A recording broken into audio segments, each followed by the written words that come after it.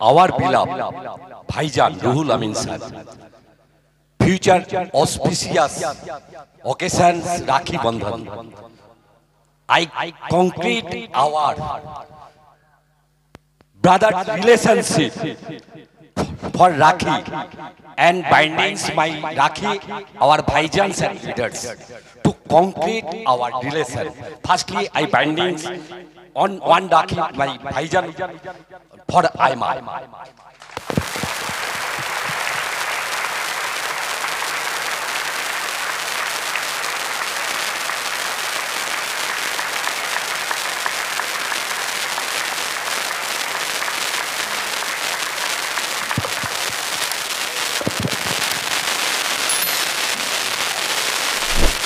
And others, Jubo, students and others, presidents, only on one presidents, please binding it can take some time. আমি আপনাদের কাছে এসছি আমার প্রিয় ভাইজানের হয়ে। আমি আপনাদের যেদিন থেকে প্রতিটা অনুষ্ঠান আপনারা করেন, বহু প্রোগ্রাম আপনারা করেন, আমি কিন্তু প্রতিটা প্রোগ্রামে আমি লাইক দিই। কারণ কেন লাইক দিই? যে ভাইজান হলো আমার হৃদয়। কেন হৃদয় আমি আপনাদের কাছে বলছি। বেশ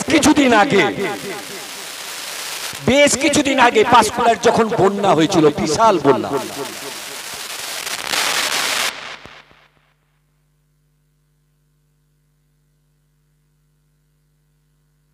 বুকে আমরা সমাজসেবা, আমরা রাজনৈতিক যেমন দল করি, আমরা সমাজসেবাও করি মানুষের স্বার্থে।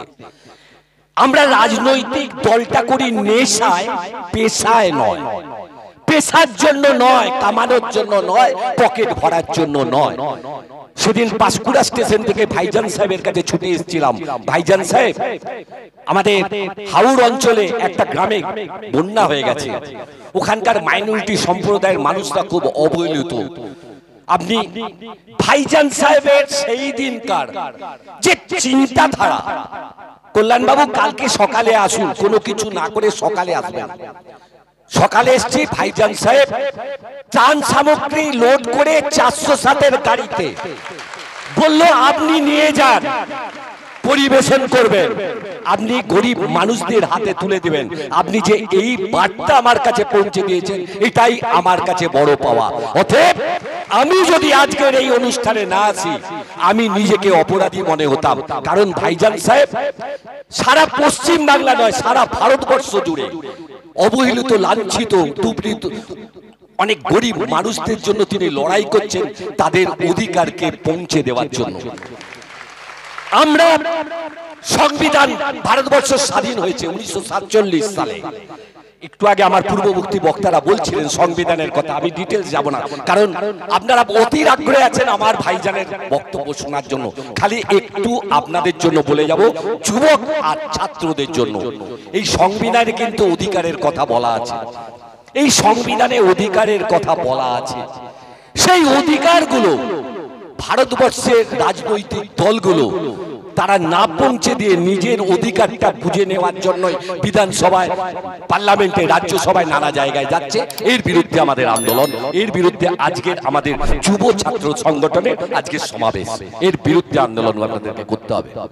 এবং অতীতকে আপনারা অনেক ছোট, সবাই আপনারা বুঝতে পারবেন না, 1972 সালে পশ্চিম বাংলার পথ পরিবর্তন করেছিল যুবক ছাত্ররা পশ্চিম বাংলার ওলট পালট করে দিয়েছিল, সরকারকে পরিবর্তন করে দিয়ে নতুন সরকার তৈরি হয়েছিল। তাহলে যুবক সম্প্রদায় এবং ছাত্র সম্প্রদায় ছাড়া ভারতবর্ষের কেন, সারা পশ্চিম বাংলা কেন, কোথাও পরিবর্তন সম্ভব নয়। আজকে আমরা দেখেছি, আমার আগের পূর্ববর্তী বক্তৃতা, আমার আপনার কারো ভাইয়ের অনেক গরিব মানুষের আশা আকাঙ্ক্ষা, ছেলেকে কষ্ট করে মানুষ করব, ছেলে আমাদের ভবিষ্যতে আগামী দিনে একটা সুনির্দিষ্ট নাগরিক হবে।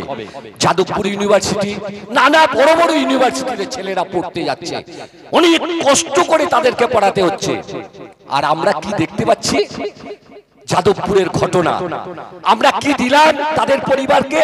অনেক নেতারা ছুটে যাচ্ছে, ফুলের অনেক নানা রকম প্রতিশ্রুতি দিয়ে ছুটে যাচ্ছে, কিন্তু তার প্রাণটাকে আমরা ফিরিয়ে দিতে পারবো না, সেই ছেলেটাকে আমরা ফিরিয়ে দিতে পারবো না। যাদবপুরের সেই অত্যাচারিত ছেলে।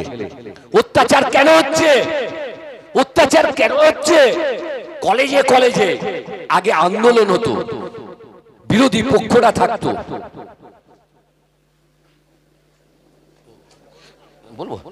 বিরোধী পক্ষরা তারা থাকতো, কিন্তু এখন কোন কলেজে বিরোধী পক্ষরা আর নেই। সেই জন্যই আজকে কলেজগুলোতে অত্যাচার বাড়ছে, সন্ত্রাস বাড়ছে, ছেলেরা প্রকৃত শিক্ষা পাচ্ছে না, এক ন্যায়তন্ত্র শাসন ব্যবস্থা চলছে। এর বিরুদ্ধে আপনাদের সবাইকে আন্দোলন করতে হবে। আগামী দিনে আপনারা সবাই একত্রিত হয়ে এই ভাইজানের হাতকে শক্ত করতে হবে। ভাইজানের হাতকে যদি শক্ত করতে পারেন, এলাকার যুবক এবং ছাত্র সম্প্রদায় যদি ঐক্যবদ্ধভাবে আন্দোলন করতে পারে, আগামী দিনে পশ্চিম বাংলার পথ দেখাবে আইমা। এটাই আমি আপনাদের সামনে বলার জন্য এসেছি। আপনারা সবাই ভালো থাকবেন, কারণ আমাদের সবথেকে প্রিয় মানুষজন যিনি আসছেন, অতএব উনাকে আমি সম্মান জানিয়ে আমার বক্তব্য শেষ করে সকলকে অভিনন্দন জানিয়ে আমি আমার বক্তব্য শেষ করলাম। নমস্কার, ভালো থাকবেন সবাই। আমরা